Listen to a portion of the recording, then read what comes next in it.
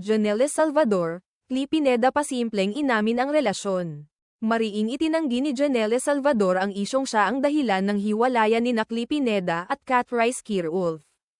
Giit niya, hindi siya third party, at gusto niyang malinaw na maalis ang kanyang pangalan sa kontrobersya. Aniya, sapat na ang nakikita ng publiko tungkol sa kanya at kay Clee at wala nang dapat pang dagdagan. Bagamat piniling huwag magdetalye, ipinahiwatig ni Janelle na masaya siya ngayon, lalo na sa piling ni Clee. Matatanda ang 3 taon ang itinagal ng relasyon ni Clee at Cat Rice bago sila naghiwalay noong 2025. Dahil dito, napasama ang pangalan ni Janelle sa mga espekulasyon.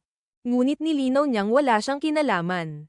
Sa kabila ng intriga, mas nais ni Janelle na makilala sa kanyang mga proyekto at sa kasiyahang natagpuan niya, kaysa madawit sa maling haka-haka.